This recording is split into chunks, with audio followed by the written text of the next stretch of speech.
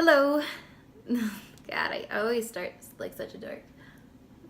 Hi there, I'm Beck, and I just got my vertical sleeve gastrectomy on January 22nd, 2019, which is about 6 days ago. I'm totally thrilled. I got it at the Obesity Control Center in Tijuana, and I would love to share some tidbits of information with you about how the surgery went and things that you might want to keep in mind. So, real quick, my stats. I'm 5 feet 5 inches, 28 years old. My starting weight was around 261 or 262. I found a higher weight earlier on in the year. And my surgery weight, day of surgery, was 235 pounds. And my goal weight, which really the goal is to have a body fat percentage of under 30, which kind of corresponds with a weight of around 160 pounds. So that's kind of what I'm shooting for. Yeah, I guess that's it. So, Tijuana, I had a good experience. Overall, very pleased with the OCC, really impressed with how efficient they are with these types of surgeries and how well they've navigated the logistics of getting Americans across the border to get the surgery done. I think that they have taken a lot of steps to make the process a safe one and an easy one. So I would recommend the OCC in Tijuana to other people. That being said, I did learn in a timely manner, right as I was experiencing it, that people that are younger typically have a harder time with the recovery process. So I'm 28, which isn't like young, but I really had a hell of a challenging time during the recovery period that my sleeve sisters, who were all older than me, didn't really experience. My sister did. She's 30, and she was puking as much as I was, but the other one seemed to do a little better. So that's something to kind of keep in mind, that the younger you are, the worse it will be post-surgery for you. Plus, I've never had kids, and I've never had a surgery, so I really didn't even know what to expect. So I'm going to go through just a few points that are going to be OCC specific for those of you that are considering the OCC, and then I will just kind of freeform and tell about some of my experiences, both good and bad, with the surgery in general. So here's a really important thing for those of you that are thinking about the OCC. A lot of people talk about how delicious the popsicles are, and they are talking about a popsicle that is found on a beach on the tour you go on with somebody not affiliated with the OCC. Those popsicles are stinking delicious, but the popsicles that are at the Marriott, which is where you're put up during your stay, they're not good at all. So don't be excited for those. You can still eat them, but they're not good. I would recommend taking the tour with Francisco, I think is the guy that does it. He has a great personality, and he takes you out to safe places in Tijuana, tells you about the city, takes you to the beach, gives you the popsicles, and it's all like a wonderful experience. So I would definitely consider that for the popsicles and for just being able to get out and go walking. But that isn't until after the surgery. Like I've said, the ultimate goal of this surgery is for us to be healthier, right? To lose body fat. And I was talking with the nutritionist at the OCC about this, and she pulled up a study that showed that most female patients 6 months after surgery got down to a body fat percentage of about 34%, which I'm currently at 48.5%, so that would be a dramatic improvement for my body. The unfair thing is that male patients actually get down to about 18% or so of body fat 6 months post-op, which seems really unfair to me. The surgery only lasts about 30 minutes. With pre and post-op things, it maybe takes 90 minutes total, but overall it's really efficient. And a sleeve sister of mine pointed out a video online of Dr. Ortiz actually performing the surgery live on a patient that I found to be really graphic, but once I watched it after the surgery, I felt really confident in his ability to do the surgery well, and he's a complete professional at this. So I'll link to that below, but I would recommend watching it at your own risk, because if I had watched it before my surgery, it may have been a little too much for me. A few things in your post-surgery recovery period. Being hydrated is really important. Because I had a miserable recovery experience, I did not get enough liquids in, and I was trying just to sip on some water, and the doctor told me later that water's not really dense enough. So if you're wanting to stay hydrated in those first hours after surgery, try like broth, maybe some herbal tea, electrolyte water, things that have more density that can stay in your stomach a little bit easier and hydrate you a little bit better in that time. Walking also, I'm sure you've heard that walking is important post-op because basically they put some gas into your body to create a space so they can conduct the surgery, and then they just can't get all that gas out of your body once they close you back up, which sucks because then it moves around your body and it feels icky.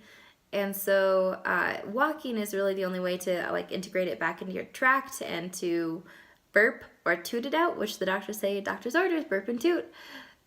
So yeah, walking is really important. It feels really uncomfortable, but it's something that will help you feel better ultimately. One thing I found interesting, the incentive spirometer is that breathing machine that you do. They encourage us to use it after the surgery to breathe enough to fill our lungs with air all the way to the bottom so that we don't have a risk of pneumonia, which my sister has had pneumonia in the past, and I know it was a real horrible time. So try to use that as well. But I'll tell you a little bit more about my first day post-surgery, but I was not good at using that or walking or hydrating. I did not do a good job at any of that. One thing, you do have a prescription for some pain medicine and an anti-ulcer medicine and omeprazole, which is for controlling the acid, which is interesting. Your stomach is trying to produce as much acid in its tiny form as it was in its large form, and at the same time you're consuming less, so you don't have as much to counteract the acid. So it's kind of like a real shitstorm of bad things. So they give you omeprazole and have you take one a day for 2 months to try to manage the acid issues that are going on. I haven't had any experience with acid yet, thank God, because I did have acid reflux before the surgery, and then in the pre-op diet it kind of eliminated itself for the most part.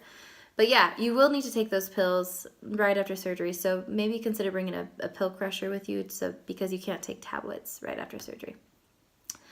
One thing to note, the OCC does give you a shot for blood clots, but they do not have compression socks or those things that squeeze your legs to encourage blood flow. So if you're concerned about blood clots, which I was, just bring some compression socks. And then it is surgery. It's no walk in the park, but you're in Tijuana. It's beautiful there. There's wonderful, fun, nice people. The people are really respectful. And they feel like neighbors, and so just try to have some fun.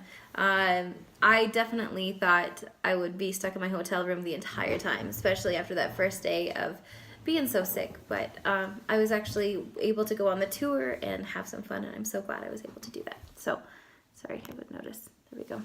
Okay, so here's just kind of the quick and dirty. I've already been talking for 8 minutes, so I'll keep this brief, but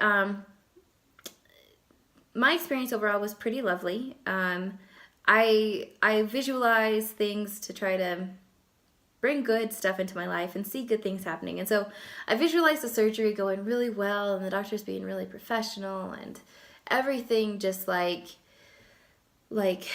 going perfectly. And it all did go perfectly, but I kind of forgot to think about what would happen after the surgery. I've never had surgery, so I didn't even conceive to expect anything there. I thought it would be a breeze, I guess, and it was not. So when I woke up from surgery, I had a really dry mouth and was really nauseous, and my sister could hear me yelling, "Nausea!" to the nurses so that they give me more medicine to help control this nausea. And the nausea is interesting because you don't have a lot to puke up. You have basically spit and some blood, which is gross, that you can puke up, but it's just the overwhelming feeling of nausea, and they really were you need to control your nausea. Don't give into it, don't puke, because I'm sure it would like disrupt the stomach. Although I did puke sometimes, but they said just breathe through it. So that was like the most miserable. The gas was really bad because it just is everywhere and you're just uncomfortable and you can't lay on your side and even laying on your back can hurt. But the nausea was the worst for me. And I did learn that the younger you are, the less well you handle the recovery. So that's why I wasn't doing so well, and my sleeve mates were doing a little bit better than me. So that's something to keep in mind. The day that we were discharged, my sister and I actually both ended up puking in the car on the way back to the hotel for our recovery. And it was really gross because we only had like one little puke thing. And so I had to puke on top of her puke. And so that was fun. Another thing, when I was in recovering in the hospital, I lost control of my ability to not pee myself. And so I just peed the bed, just like wet myself completely when I was having a bout of puking. And so that wasn't fun. But I was so out of it, I really didn't care that I was, doing it. And then the rest of the time, my tush was hanging out of my gown, which is kind of funny. I don't have a lot of shame in that way. But yeah, that happened. So you might piss yourself too, which is an experience. What else? So everything went great up through surgery. Post-surgery recovery was really challenging. The day after, when they sent us home, we got discharged at 7 a.m. I was not doing well at all. My sister and I both were zombies that whole day. Mostly we just slept. Like I said, you do need to walk. You do need to get your water in or your liquids in, and you do need to do the spirometer thing, but we were both really, really bad at everything. And I was certain I was going to be stuck in the hotel room the rest of our trip because I felt like death. Perhaps I'm a wimp. It's like my first encounter with real pain, I think. The next day, though, the second day after surgery, I was doing great, like 80% back to normal. Most of my gas had worked into a place where it could escape, and I was in a good mental space, and so it does get better, but it takes a little bit of work walking through the shit before you can get there. What else? A link to the surgery, I've already said that. Let's see.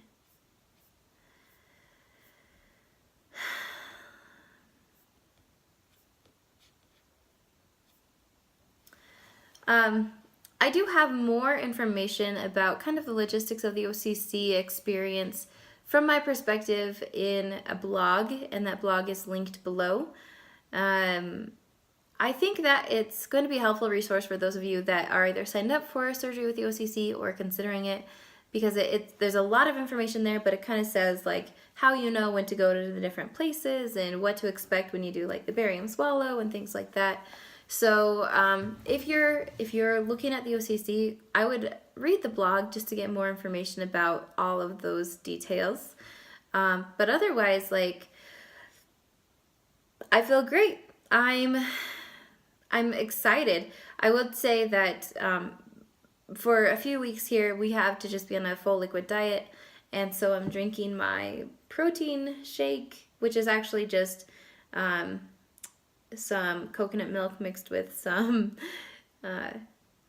Greek yogurt and then a dump of protein powder. And so I'm trying to get at least 60 grams of protein each day through my liquid. That's the goal for like day 1 through 17 or 4 through 17 post-op. And then we graduate into mushy food, and then we graduate into actual real food around day 40 post-op. So it's going to be a long haul with just liquids, but this is the start of like the big changes, and so that's pretty exciting. So that's everything in a nutshell. I'd love to hear how your experience was if you did the OCC. And if you have any questions, of course, I would love to answer them. You can probably tell I'm a pretty open book with things, and I try to be as honest as possible because I feel like it's important to have the right expectations for your experience. So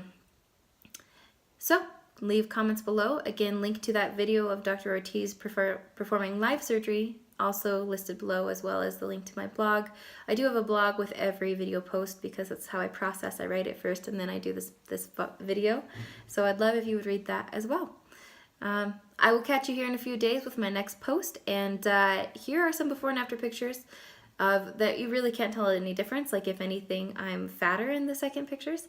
They're essentially, this is the start of my journey photo, and then this is me right pre-op, right before surgery photo.